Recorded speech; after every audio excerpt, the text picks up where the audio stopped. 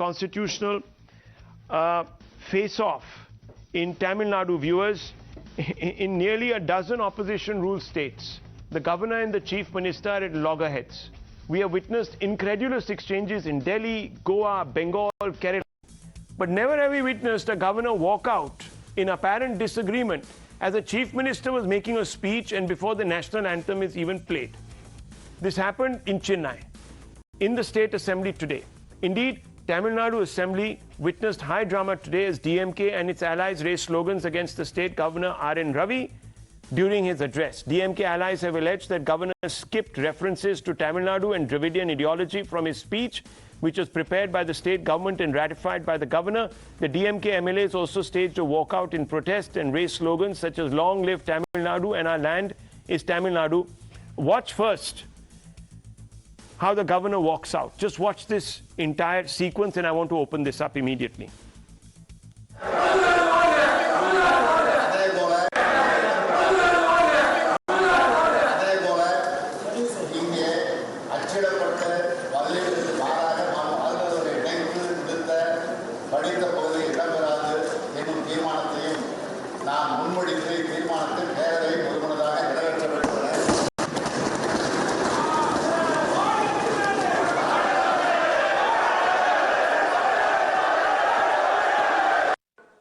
Harinar Kalainar's philosophy of though we may fall.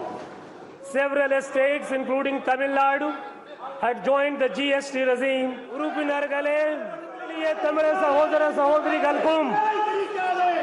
The anticipated revenues were not realized due to the drastic fall in revenue. Harinar Kalainar's philosophy of though we may fall.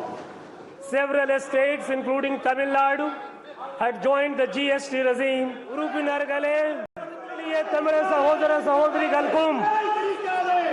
The anticipated revenues were not realized due to the drastic fall in revenue. Harinar Kalainar's philosophy of though we may fall. Several states, including Tamil Nadu, had joined the GST regime.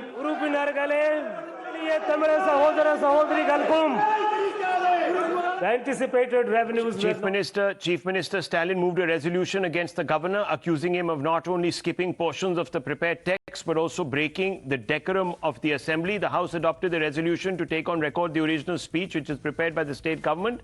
The governor then walked out of the assembly in an apparent huff, even before the national anthem could be sung.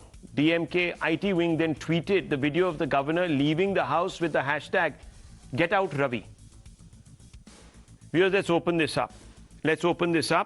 Let me ask some basic questions. Let me first begin with the DMK spokesperson, the senior spokesperson of the DMK, very respected lawyer in Tamil Nadu, Mr. A. Sarvanan. Mr. Sarvanan, good evening. Yes. I just want to ask you this. The BJP says the governor is not DMK's parrot, not honor-bound to parrot everything that you want him to speak. That's what's being said. How do you respond to that charge?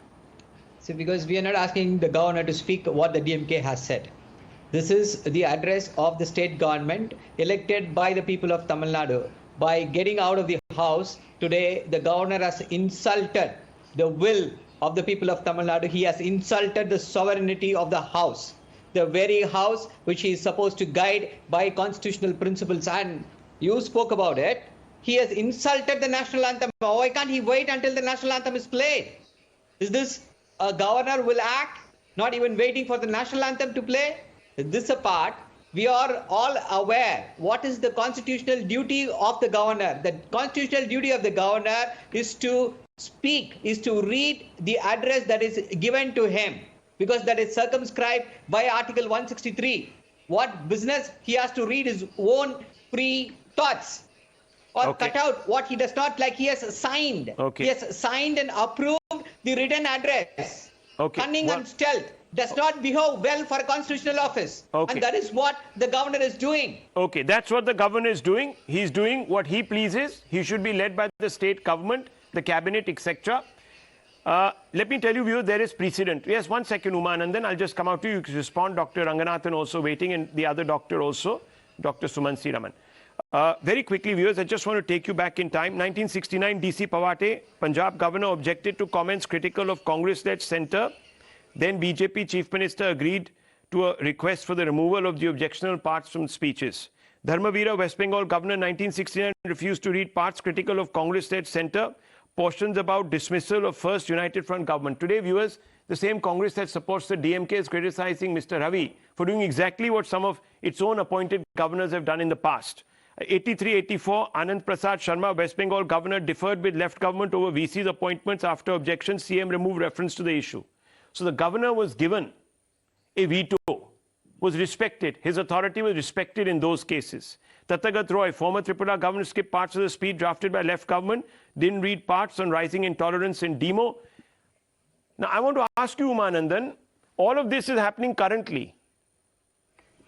Since 2014, in states where the BJP is not in power, opposition governments are in power. Why is it only happening where opposition governments are in power? The governors and CMs are at each other's throats. Why?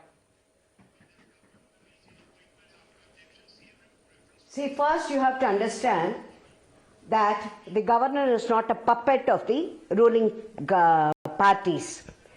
And let us not talk about the tips, because the Congress-led Indira Gandhi in the center treated governors like doormats. So you cannot talk about it. Third, I want to ask, this newfound love for constitution by the DMK spokesperson, Mr. Saravanan, they're all paper tigers. They said they are burning the constitution during Indira Gandhi's time, and then they went back to say they burnt only the white paper. That was Mr. Karunanidhi, who was then the CM. So, this paper tiger acts, we are all known to it. Perhaps outside Tamil Nadu, they don't know. Third, the governor is not an actor.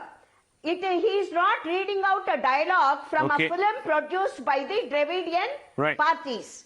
Because they are famous for their film production. He is not here to recite the dialogues. And I would like to ask, what propriety is the newfound love for national anthem? What respect have they shown for national anthem when they forbade the singing of national anthem on so many occasions? Umaji, two wrongs don't make a right. Miss Anandan, Miss Anandan, so I cannot. Miss Anandan, two wrongs don't make a right. No, and I just want to ask you, and I want to bring in Dr. Ranganathan, okay? And the governor is above.